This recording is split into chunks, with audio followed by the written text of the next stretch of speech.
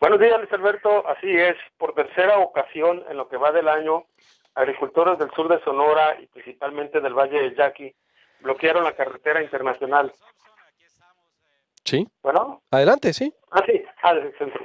Se decía que por tercera ocasión los agricultores del Valle del Yaqui y algunos más del sur de Sonora bloquearon la carretera internacional para protestar por la política agroalimentaria del actual gobierno federal, política que consideran ellos es desventajosa para la agricultura comercial e insisten pues en que no son atendidos, en que su actividad corre mucho riesgo con las reglas actuales que ha impuesto este gobierno.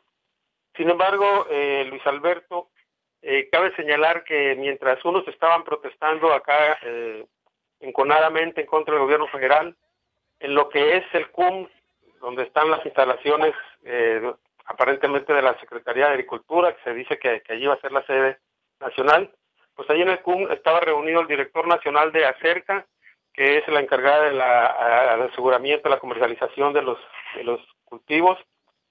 El director nacional, te digo, Arturo Puente, estaba reunido con dirigentes de productores, logrando acuerdos, buscando acuerdos, mejor dicho, para los pagos de los cultivos.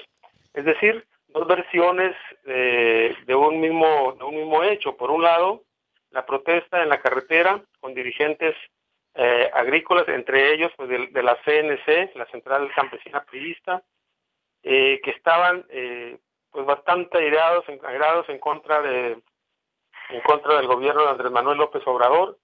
Y por acá, en la que es oficialmente la instalación de la Secretaría de Agricultura, se llevaba un episodio más de las negociaciones con el gobierno federal para lograr el aseguramiento de los precios objetivos y otros esquemas de financiamiento para la agricultura empresarial.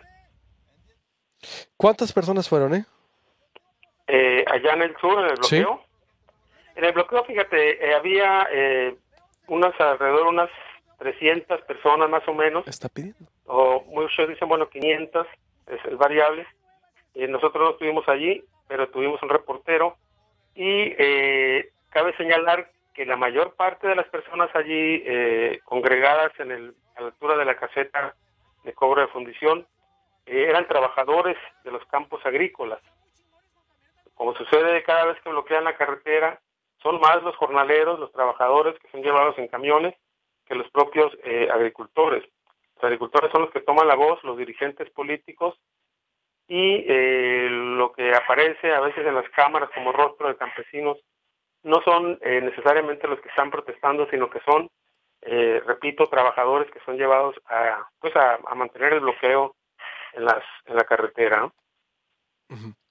Oye, ¿y las demandas? ¿Salió alguien del gobierno? ¿Qué fue lo que ocurrió? ¿Cómo terminó todo? Bueno, el paro duró algunas horas, ya por la tarde se dijo que había habido un acercamiento en la Ciudad de Sí. México Ajá. Hubo una para conferencia que... incluso antier, ¿no? Del mismo titular. Sí, claro, sí, claro. Que hubo un acercamiento y que se retirarían por ahora para regresar después si no se cumple este encuentro que se había prometido.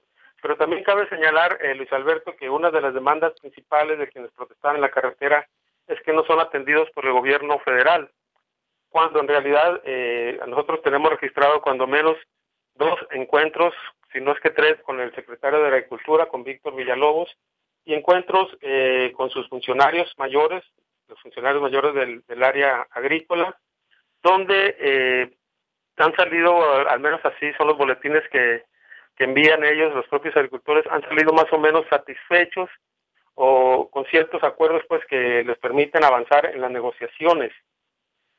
Quiero con esto decir, Luis Alberto, que dentro de la protesta, si bien la agricultura comercial es indispensable, la agricultura comercial necesita reglas claras, sobre todo esquemas de financiamiento, porque pues son empresas de alto riesgo a veces, pero también hay mucho en estas inconformidades de revanchismo político. Como te decía hace un momento, eh, quienes protestan de manera más airada son dirigentes políticos y si no, productores, pero muy ligados a la clase política que pues hoy está en el banquillo, como decimos comúnmente, ¿no? La clase política desplazada por un nuevo gobierno. El propio director nacional de Acerca aquí nos dijo que los agricultores tienen que entender que este es un nuevo gobierno, que son nuevas formas de negociar y que tienen que ir aprendiendo poco a poco, pues para evitar este tipo de situaciones donde con su encono, con sus declaraciones quieren comerse al gobierno federal, ¿no?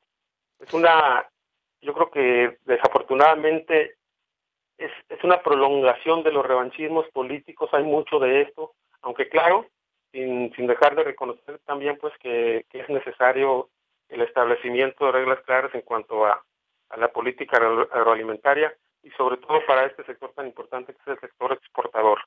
Porque aquí se manejan, también déjame decirte, Luis Alberto, se manejan algunas cosas muy ambiguas. Por ejemplo, hablan los dirigentes en los mítines, como el de ayer en la carretera, de que si no los atienden está en riesgo la soberanía alimentaria, de que ellos son los que producen el alimento que comen los mexicanos, y esto es parcialmente cierto. Digo parcial porque sí, producen alimentos, pero también, por ejemplo, en el caso del Valle del Yaqui, casi todo el trigo que se produce se va a la exportación a través de los acuerdos comerciales con la empresa Cargill, la transnacional Cargill. El trigo del Valle del Yaqui, te decía, se destina ya sea a la agroindustria, a la producción de pastos, etcétera, pero para exportación. Entonces, hay muchas ambigüedades en estos discursos. Hay, creo yo, insisto, una especie todavía como de revanchismo político que afecta pues a ambas partes, no solo al gobierno, sino también a los propios productores.